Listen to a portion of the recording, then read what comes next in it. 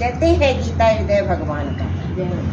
गीता के ज्ञान मोक्षकारी है और गीता के ज्ञान में सबसे बड़ी बात क्या है, ये हमें संसार में विचरण किस तरीके से करना है ये बताता है। कहीं और किसी का भी ज्ञान हमें विचरण करने की बातें नहीं बताता है, केवल कथाएं बताता है।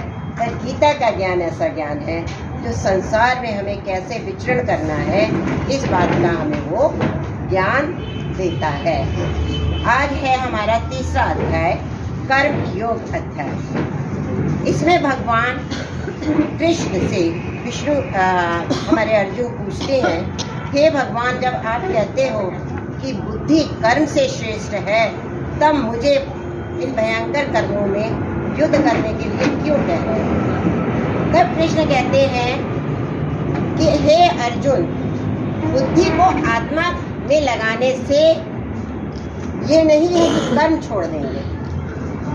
जो भी इस संसार में आया है उसे कर्म तो करना ही है। हर पल वो कर्म करता है, हर क्षण कर्म करता है, और केवल इंद्रियों से नहीं, वाणी और मन से भी कर्म करता है। अब इस समय किससे हम कर रहे हैं? वाणी से कर रहे हैं। भगवान की कथा हम कह रहे हैं, वाणी से हम कर्म कर रहे हैं। तो वाणी से, मन से भी हम कर्म करते हैं। किस तरीके से?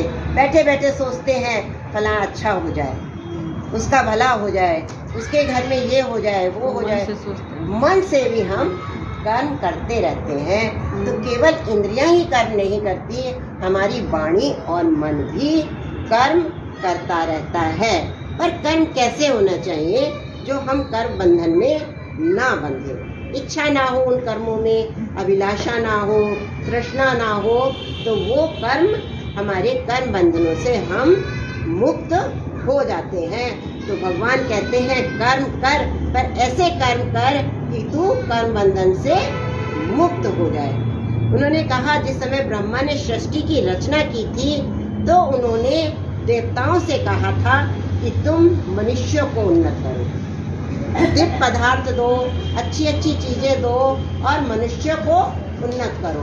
और इसी तरीके से उन्होंने मनुष्य से कहा यज्ञ इत्यादि के द्वारा तुम देवताओं को उन्नत करो। अब देवताओं हमें जो भी पदार्थ देते हैं, क्या हमें स्वयं उसको ग्रहण कर लेना चाहिए?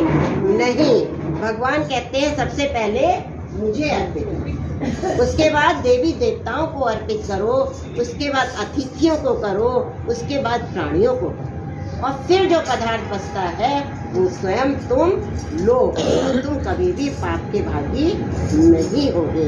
पर यदि वही पदार्थ तुम ऐसे ही बिना किसी को अर्पण करे लेते हो तो तुम पाप के भागी होगे।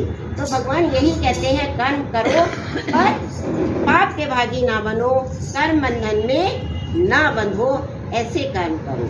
वो ये कहते हैं, उन्होंने बहुत अच्छी बात यहाँ पर बताई है कि जो भगवान को प्राप्त कर लेते हैं, जिन्होंने साक्षात्कार करा हुआ है भगवान का, या वो कर्म नहीं करते हैं, वो भी कर्म करते हैं। राजा जनक थे, साक्षात्कार किया हुआ था भगवान का, कहते थे ना विदेह जनक, पर वो क्या कर्म नहीं करते थे। सीता गई थी, परेशान नहीं हुए थे, रोए नहीं थे, व्याकुल नहीं हुए थे, पर ऊपर से हुए थे, अंदर से पता था जो हो रहा है वो ही होगा। तो कर्म हर आदमी को करना है। और सबसे बड़ी बात क्या बताई उन्होंने, जो हमारे ऐसे पुरुष हैं जिन्होंने अमृत प्राप्त कर लिया है, जिन्होंने मोक्ष को प्राप्त कर लिया है, हम सब उन्हीं का अनुकरण करते। हम लोग करते हैं ना, राजा जनक का अनुकरण करते हैं कि जैसे राजा जनक ने करा वैसे ही हम करें। वो कहते हैं त्रिलोक में मैं रहता हूँ, मुझे कुछ करने को नहीं है। क्या भगवान को कुछ करना है? सब उसे प्राप्त है, पर फिर भी मैं कर्म करता हूँ। क्यों कर्म करता हूँ? क्योंकि मेरे ही देखा देखी सब लोग वही करेंगे, और यदि मैंने कर्म नहीं किया तो ये सारा जगत नष्ट भ्रष्ट हो जाएगा। तो कर्म हर आदमी को करने हैं, कर्म करिए, पर किस तरीके से कर्म करिए। यहाँ पर वो अर्जुन को आदेश देते हैं। अर्जुन क्या हम सबको वो आदेश देते हैं, कर्म किस तरीके से करिए, कर्म ऐसे करिए कि अपनी बुद्धि को अपनी आत्मा में लगाइए, बुद्धि को अपनी आत्मा में लगाइए, अपने मन को, अपने इंद्रियों को वश में कर विषयों में न लगाकर उस प्रभु में मन लगाइए, कर्म करिए, उसकी फल की इच्छा मत करिए और आगे बढ़ते चले जाइए। और यहीं पर अर्जुन को आदेश देते हुए तीसरा अध्याय को समाप्त कर देते हैं। बोलिए जय श्री कृष्णा, जय श्री कृष्ण। बिहारी लाल की जय।